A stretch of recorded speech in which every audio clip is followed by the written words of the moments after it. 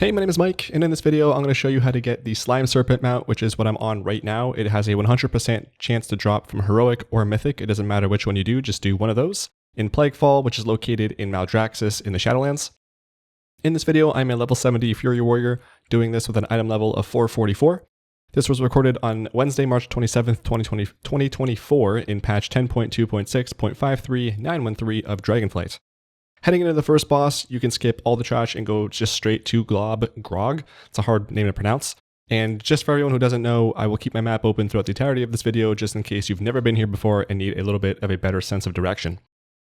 So on this first boss, none of the bosses here really have any mechanics that really matter that much. If you're lower item level, like I was doing this on my 426 Fire Mage, and I was able to do it, it's just a little bit more damage, so you might need to heal up a little bit, so the mechanics might matter more. But as you get more gear and as expansions come out, this will be easier and easier. On this first boss, the only things you need to look out for is he does a Plague Stomp, which is like a radius AoE around him, and he has Slime Wave, which is a frontal cone, so just don't stand in the direction of that. One thing I forgot to mention right off the bat is that you need to be doing this solo. You can't do this with anyone else in your group, or the dungeon. I'm not 100% sure if you can even be in a party. I saw some people say that they were in a party and it didn't count for them, so just make sure you're not even in a party when you do this. You have to be solo. And again, Heroic or Mythic, it doesn't matter. The ads here, I'm pretty sure you can skip, but I just couldn't do it for this video, so I ended up having to pull them. Nothing really to them. After you kill them, though, they start doing this Metamorphosis cast, which I forget what that does. I don't know if it's like an AoE or something. It doesn't really do that much damage, but just kill them afterwards.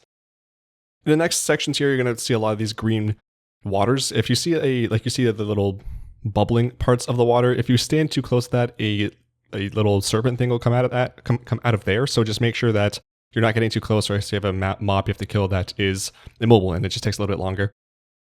On the second boss, Dr. Ickus, he is kind of annoying because if you don't kill him quick enough, which at the moment I don't think you can, but he's going to be jumping between the 4 different platforms that are in this room, and he's going to be putting down spawning, I guess, a Plague Bomb ad that has a 30-second AoE cast called Virulent Explosion. It doesn't do that much damage anymore, so you can just totally ignore it, but if you don't clear the ads beforehand, any ads on the platform will pull when the boss gets there, which can be a little bit annoying. And you're going to see in this video, one of the things I messed up on was I got stuck inside of the water here, which the longer you're in here, when you're in the water, you get a stacking dot, and it actually does almost kill me in this video. So make sure you're not doing that, because I was going to play it off like, oh yeah, I meant to do that. I was just showing you what could happen. And no, I definitely did not. I straight up almost died. So just make sure you're spending as little time in that water as possible. And this is definitely the most annoying boss in this entire place. So once you're done with him, everything else is smooth sailing and it's pretty easy.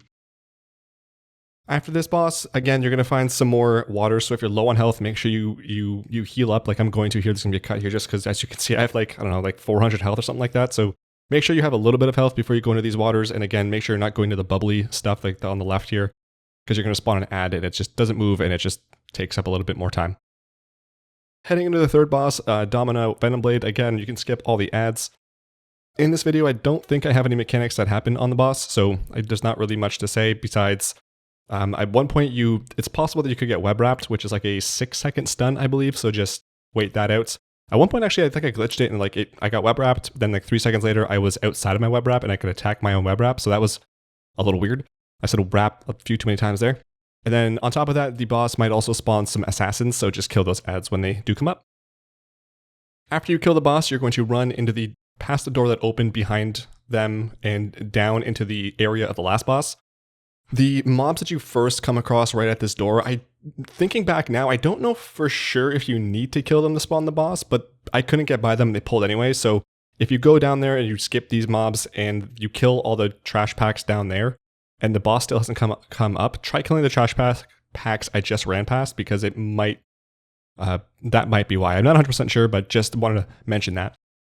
The trash packs around this area need to be killed for the boss to spawn, nothing mechanics-wise to them, and once the boss does spawn, it goes through a few different phases. So in terms of the boss mechanics itself, irrelevant, nothing really to do, but I don't remember the percentages. I think it's at like 60 and 30 or something like that percent. The boss will go underwater and become non-attackable.